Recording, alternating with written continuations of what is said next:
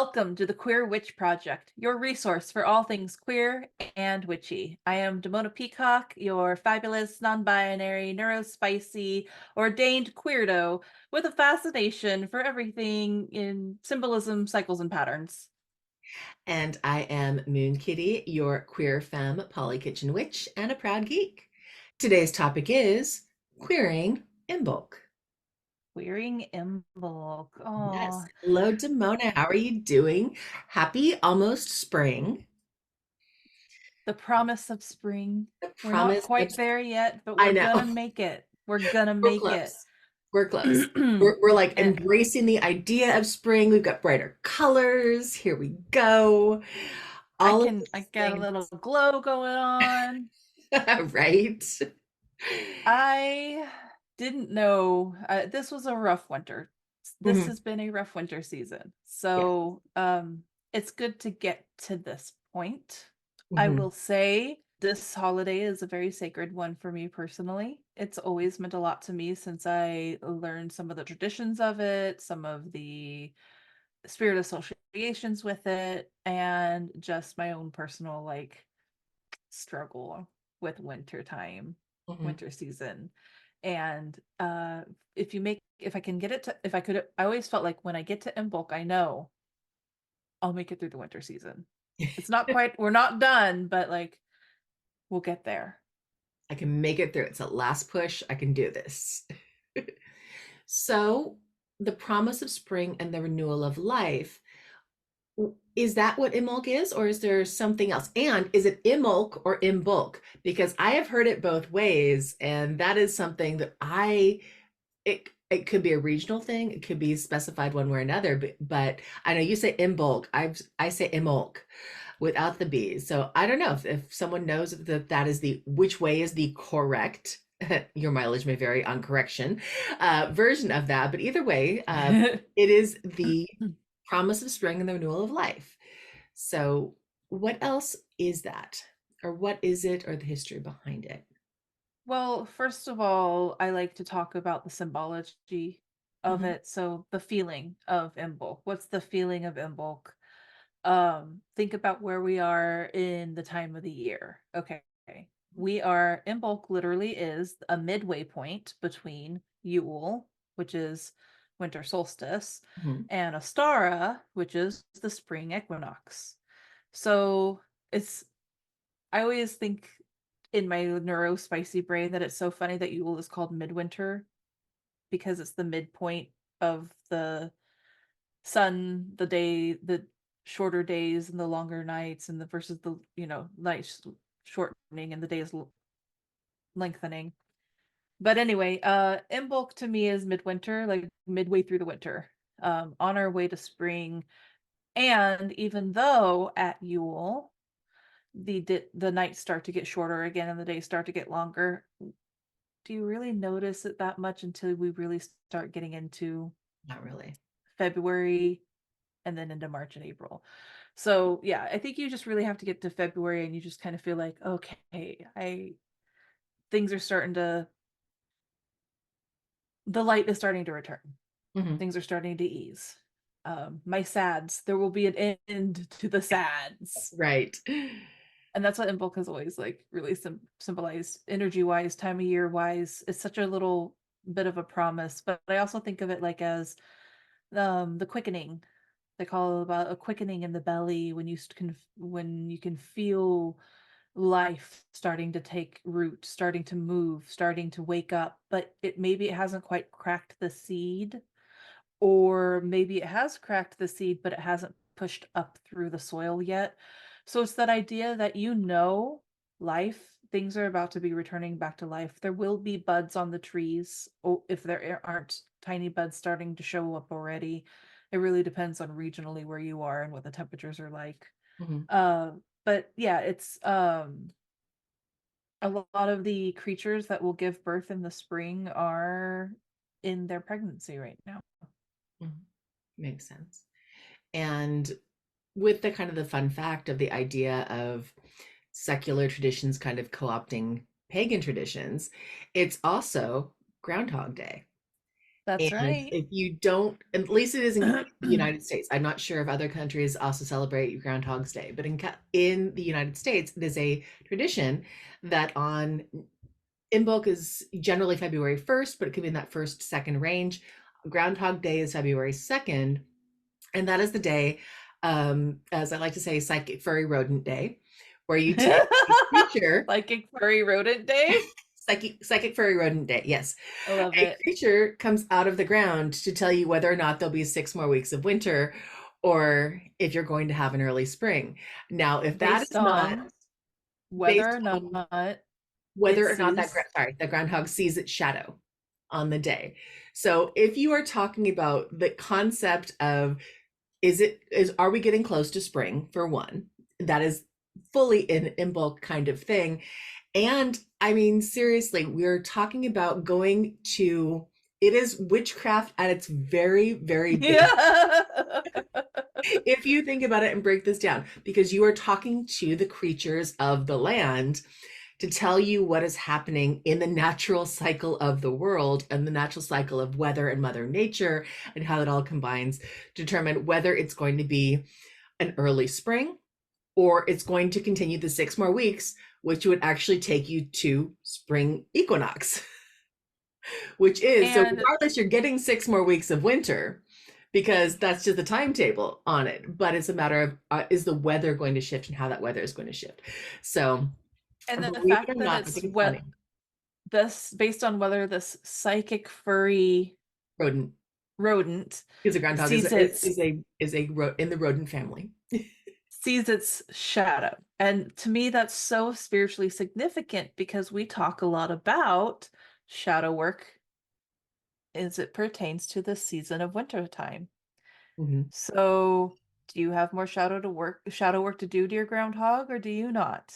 Right. Can you come out of hibernation yet, or do you need to go back in for some more deep dives, you little psychic rodent, Right. furry rodent? And think about it. We just had an episode a few weeks ago on Kitchen Witchery Winter Edition where we talked about shadow work and diving into that winter time is that time and place to for a lot of people to delve into the shadows. So I really like your correlation, like you just said, that hey, little rodent, hey, little human rodent or human creature. Maybe we're not For rodents, but real. human creature that you Our are. inner animal. We are Yeah. an animal. We are a creature. We have fur or hair of some sort of on our bodies, most of us. And it's, have you done the work? Can you see your shadow, or is there can you see your shadow? Meaning you need to do a little bit deeper and you go onto it, or are you ready to step into the light? So I don't know. Sometimes if you can't see it, that's a red flag too, because then you're delusional. You need to be able to know that it's there and what it looks like and what it's doing. right. But speaking of which, that's funny that we bring this up again because I feel like it's the topic that's never going to die until we actually do an episode on it. So coming soon, And probably we're not going to even. talk more about shadow work. Because let's be honest, shadow work is an ongoing process. And while Did you we just will, say let's be honest? Sorry. let's be honest, yes. Let's Um, be honest.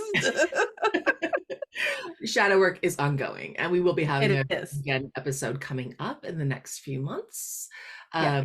to that will deal with directly with shadow work and everything. So So you also brought up with how the secular and the spiritual get co-opted from one mhm, another, and therefore we have Groundhog's Day right. for Imbolc. Um, there is a goddess who Mhm, is most often associated with this holiday, mhm. and she also got co-opted by the Catholic Church and became a saint. Uh-huh. So Yeah. often, Imbolc is also seen as Saint Brigid's Day, Mhm. Irish Celtic, I want to say, goddess. And Catholic. yeah, so yes, and the Irish Catholic done made her a saint, and you know, uh, may the goddess live forever, no matter what you call her, give her an Mhm. honorific. I don't care, just love her. And She's earned it. Except we've She had this deserves it. conversation before that Catholics make the best pagans because we are already praying to a pantheon. It's, the pantheon just happens to include a deity that was already existing. Well, and man, that Christian religion was really good at converting some pagans by saying that they could keep a lot of their celebrations as long as they called it something else. Exactly. That's the But truth. yes, back to Bridget because that is who we're talking about. Correct. Yeah. Um, I'm gonna do this thing. I have actually brought a book that is a bedtime stories book called Legendary Ladies, 50 Goddesses to Empower and Inspire You by Anne Shin.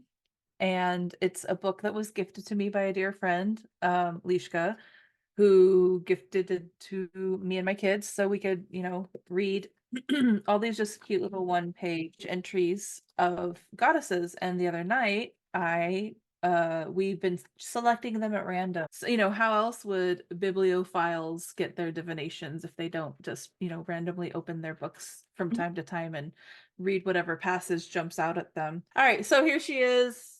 That if I was gonna teach a child about Brigid, that would be the photo I would. Yeah. Oh, I love You can it. see that she's bringing a carpet of spring.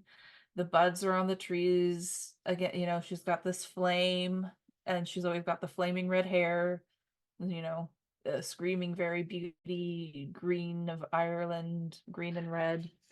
Um, so beyond Christmas, green and red is also the very Irish and so Irish is Brigid's origin, mythology, a widely loved and very respected goddess of Celtic times.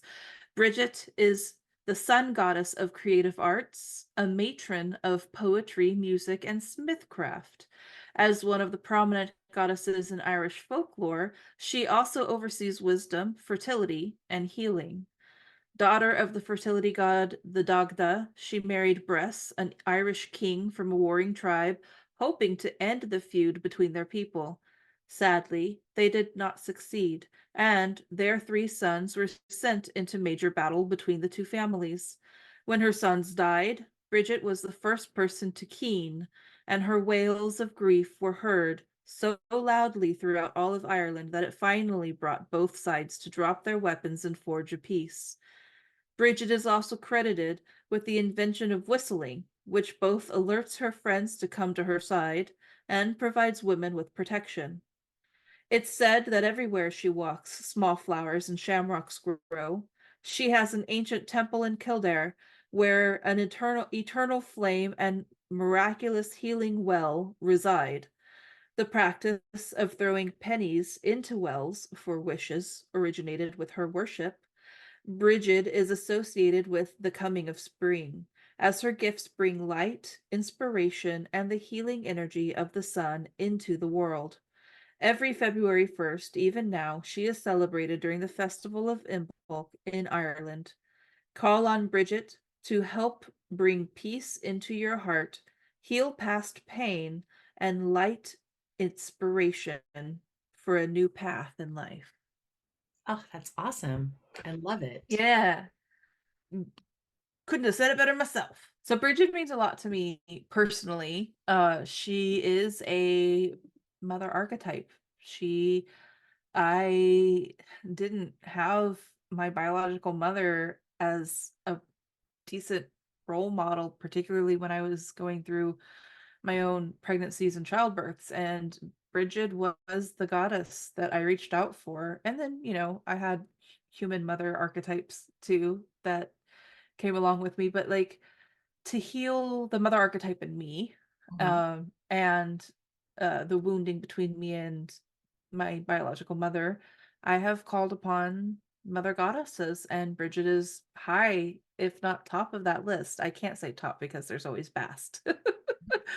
She will always take the slot of number one because childhood, inner child stuff. But Bridget has led me to some of the most important people in my life. Mhm. When I first met my best friend, we got on the topic of their spiritual interests, their heritage and their interest in Brigid. And then I was like, oh yeah, we could do an Imbolc ritual. It's almost Imbolc. You want to do an Imbolc ritual? I'll host it. And we put just randomly put a whole Imbolc ritual together, and that's pretty much how we solidified our friendship. Mhm. Was introducing or reintroducing them to Brigid and their pagan roots. So, Brigid means a lot, you know. Brigid is definitely there to help you plan a project, start a new project. Right now in history, if you think about us as an agricultural uh, creatures, humans who were dependent on the life cycle of plants and animals to feed ourselves, uh, you are not yet planting the harvest, No. but it is now that you are starting to plan the harvest.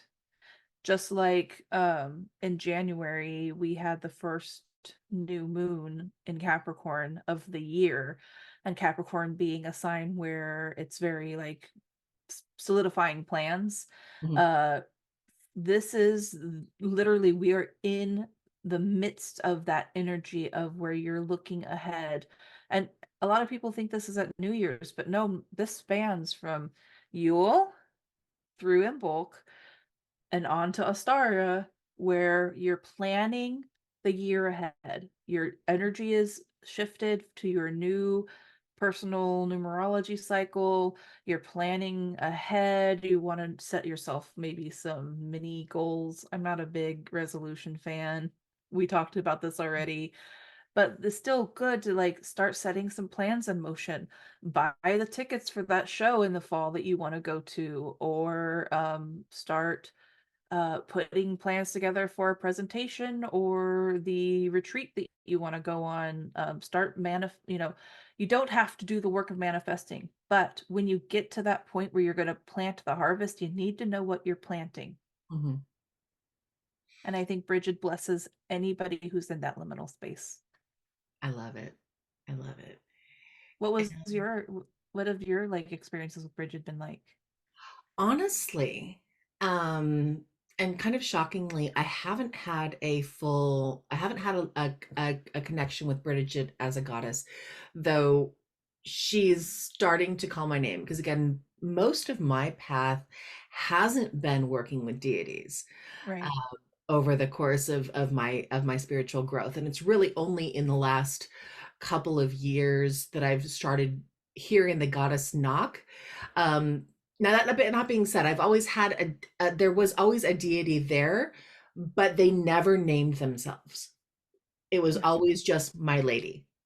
And so, and I think with that, there were several that came through Yeah. and hit me at different points and have helped me at different points because I can see different aspects. So you're talking about Bridget, I can see aspects of where she might have come through, but she never came through with a name.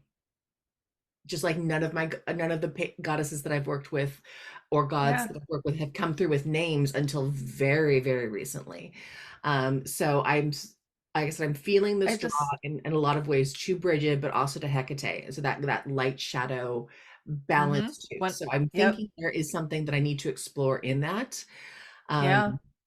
so this next year of my own growth, as I've gone through the 7 year of spiritual growth and working towards 8 toward completion, it's that completion of what I've done in the past, now working towards where do I want to go moving forward, and Yes. working with some deity ideas, working for some things for my own personal channel with expanding my kitchen witchery and all of that. I think there will be a lot of influence of Bridget coming through with this idea that I have of something I might progress forward in my own channel. So I think it's hitting at right about the right time where it's not quite slapping me in the face, but it's tickling me with a feather. Yeah. And you know, she Like, do I tends to need be rather to gentle, and unless she needs to light a fire under your Mhm. rear.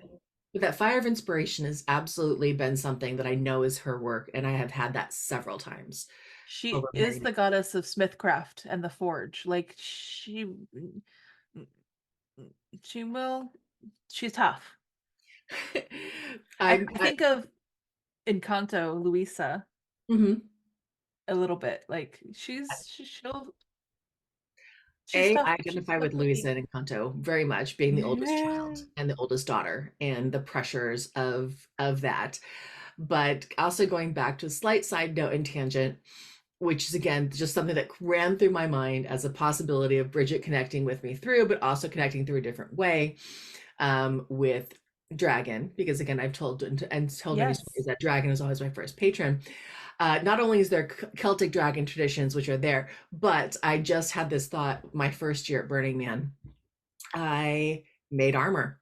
I made a bikini Yes. armor, and the camp that I went to do that was Dragon Armory. So I And literally made armor, metalsmithing craft, which is a Bridget thing at a camp that was based and focused on dragon. So again, this is why I'm saying she has probably appeared and come through Mhm. many, many times, but she never identified herself Yes. who it is. And now it's that thinking back and realizing the connections of where it's been, that is it's now Yeah. come forward and come through. Well, every time you say that, I keep hearing the names are not for them. The names are for us. Mhm, We put the names to them so that we can understand a particular flavor of this energy, a particular expression of it, and we personify it.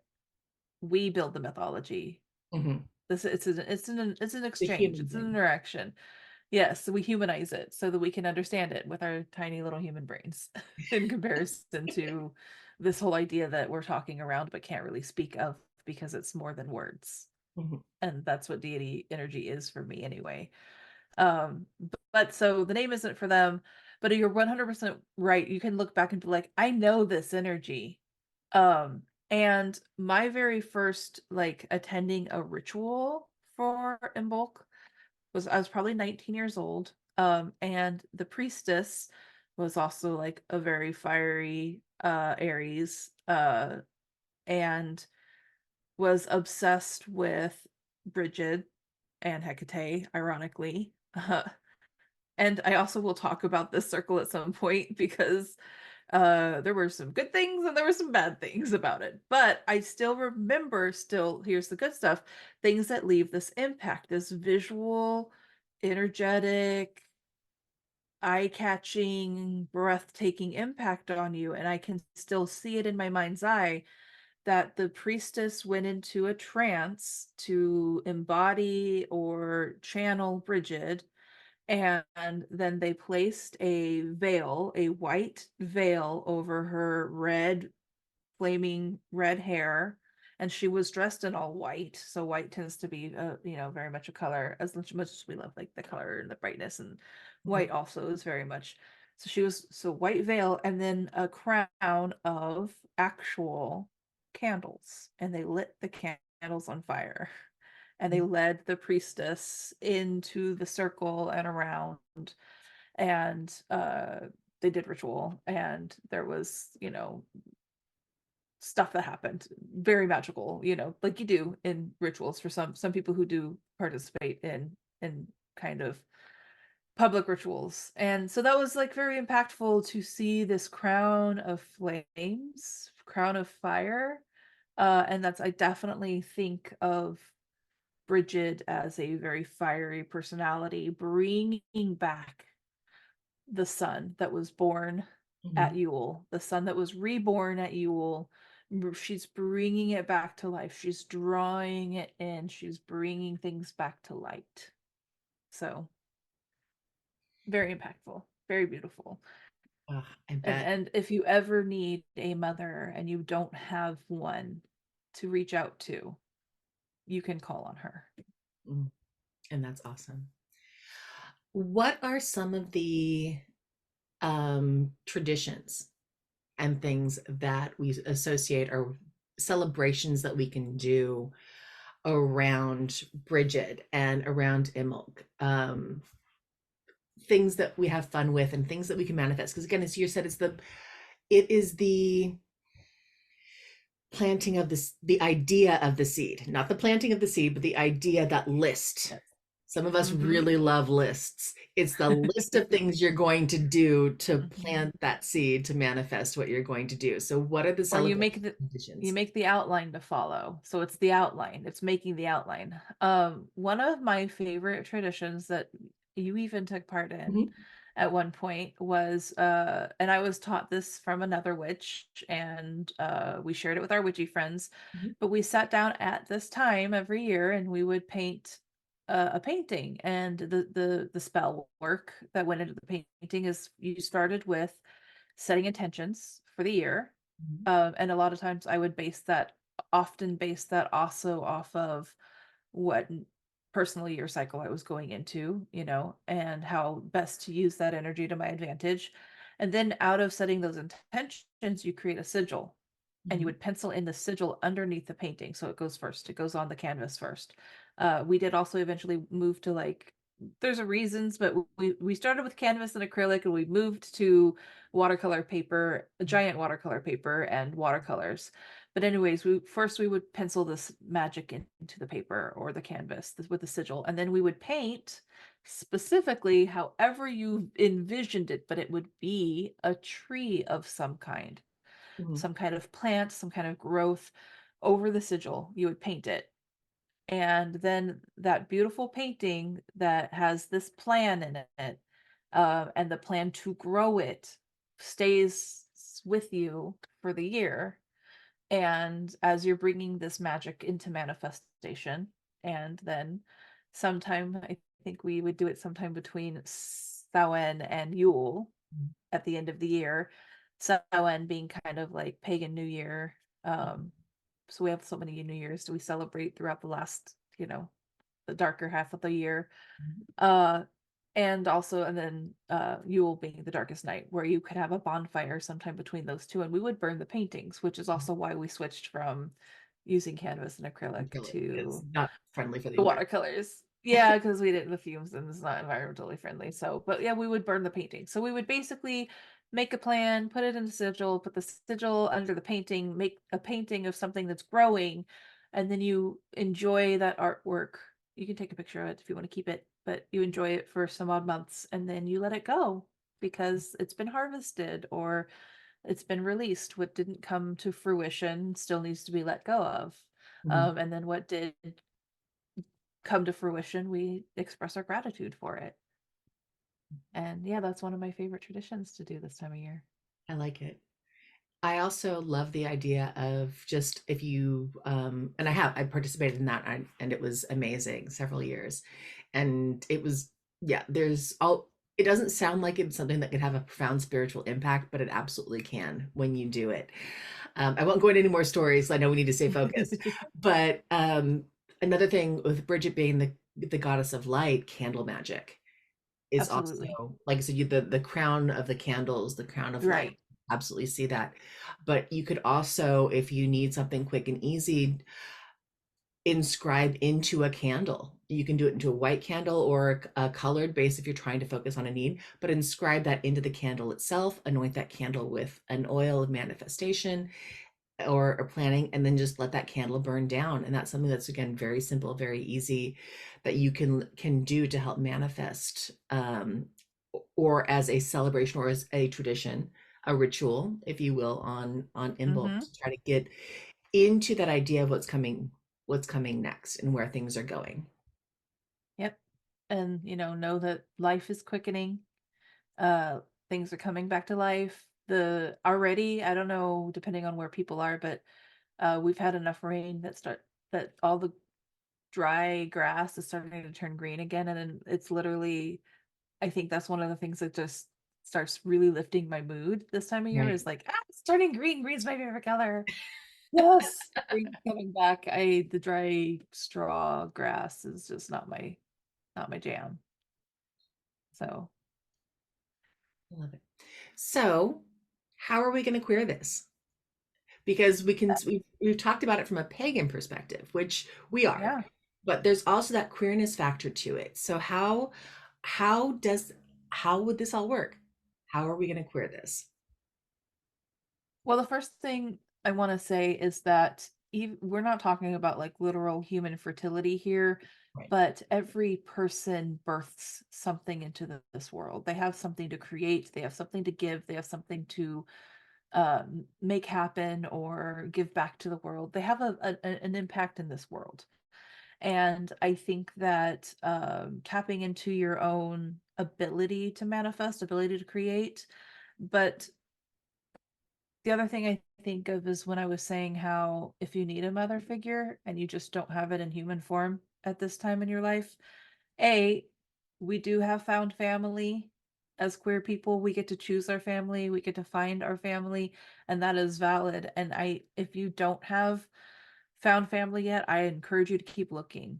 But in the meantime, if you need a deity pantheon that can fulfill that role, I imagine Brigid being to all the queer people, all especially the queer youth who feel like coming out means losing their family. She's wrapping you in her light and she's saying, I'm your mommy now. I'm your mom now. And I'm not going to let them do this to you. I'm going to love you just as you are, and you will light up a room and you will shine. And I think that that's really an important energy to bring into our lives as queer people. And maybe get in touch with somebody who's starting out on a path that you've been on for a while, whether that's your spiritual path or your gender approach or your coming out. Maybe you've been out for a while and you have some momming energy or parenting energy or, nurturing energy that you can give back into this world. Take someone under your wing. Find an egg that's about to crack open and just love somebody. Mhm. And again, in this case, we're not talking about gendered with nurturing or mentoring. No, There's you anybody can channel be, that energy. yeah, Anybody. anyone, And the any world needs it. There is a group on Facebook called Stand in Pride, and you can go search for it on TikTok or Facebook and see what it's about. But it's there are people who have joined it so that they can make a post saying, I can stand in as family if you've lost your family just for being queer, or I'm looking for family because I lost my family just for being who I am, and I don't have this kind of family. And people have found they've made connections if you just kind of put yourself out into the world. Mhm. So I just think that one way to queer in bulk is to, you know, believe in yourself, start your projects, and, take something under your wing. Let something grow, help something grow. And if you don't have the ability to help a human at the moment, you can help a plant. You can help a Yeah, pet. You can anything that you yeah, can take in, nurture, and put that yeah. energy back into the world is going You to be can something that's incredibly important. literally plant a seed. Plant an herb You could garden, even speaking of just be which. like a total chaos goblin and start throwing wildflower seeds out certain places, that thrive. One of my favorite TikTokers is a local who talks about local plants, native plants, and how important they are. And he goes around wildly flipping off all of the non-native plants because they're invasive and, Mhm. you know, not good for our environment. So I'm like, yeah, get them. Yeah, if you're going to do that random act of chaos, make sure that you are using wildflower seeds that are Doing it native to your legally with region. native, yes. That's Native to right. your Do your region. research. Yes. Yeah, Yes. exactly. I also am a firm believer in throwing random acts of beauty out there. I love that idea a lot. But again, do your research. Do your You research. don't want to start Yes. an invasive species someplace on there. Exactly. Yes. Um, Good point. Good point. Chaos goblins. for me, because again, I'm lucky in California, and I love California poppies. I just something Yes. about Me their too. golden color that just brings me incredible joy. And because it is Yeah. native to California, I can grab poppy seeds and throw them out wherever. So that is my my things that is actually native to the area. But yeah, I Yeah. love the idea of random acts of rebellion and beauty. Also, artwork, crafting, get your friends, get all your queer friends together and make some food and make some crafts. Um, Discuss how coming out of the winter helps you feel reaffirmed to the your life path. Mhm. I'm trying to think of other ways we queer this time of year. Plan your queer celebrations. Like since we're talking about making Yes, lists that's and we're right. and what planning what we're going to do, plan what you want to do for Pride. Start thinking Find about some get your queer friends together and think about what you want to do for Pride this next find year. some find some festivals, conventions, something that you can show up to and have fun at, Uh-huh. somewhere you can network, find your people. Bring on color, Yes. no more drab, dreary sweatpants. Well, Get those spring dresses out and start jazzing them up. as someone who is currently sitting in leggings, granted they are printed colored leggings, but they're still sitting in comfy, cozy leggings at the moment. I will never say take away the sweatpants because Oh, I once the pandemic hit, you'll pry me out of my leggings with over my cold dead body. I think at this point in time, but but throw on something colorful on you top can put then. color into them too. Yeah, bring the color back into the world. Yes, Bringing the greens back, the blooms, the blossoms, the paint some flowers will murals. come back. Yes, get some sparkles. So I think all of those, bringing color back, bringing planning into, queer gatherings. And yeah, there's a lot of wonderful ways in which us queer witches can harness the energy of this season, and we'll see what the year brings us. Is there anything else? Do we miss anything, or is this everything? I think we made it through our list. All right. So Uh, with of that, the Thank you for listening to the Courage Project. If you want to give us a like, a subscribe, we really appreciate those. Leave us a comment. Let us know what you do to celebrate this time of year. yes.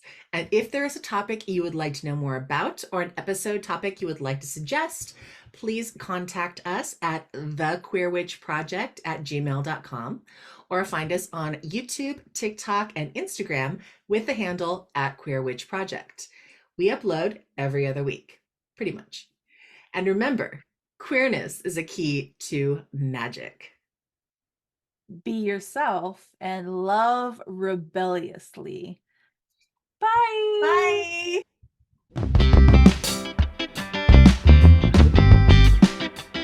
Because how else does not biblical? Ooh, please cut that one. Also, look, the dedication has a peacock. Oh. I'm also totally still talking right now because I'm stalling for time to figure out why I didn't figure out what page I want to be on long before this moment right here. Sticky notes. Good. I'm going to. There we go. Yeah, I know I should have sticky noted it, but I am not somebody who is prepared for anything. Ah! Thanks for listening to the Queer Witch Project, your resource. Why do I want to do the intro instead of the outro? Stop, Damona. Want me to put the outro on the screen?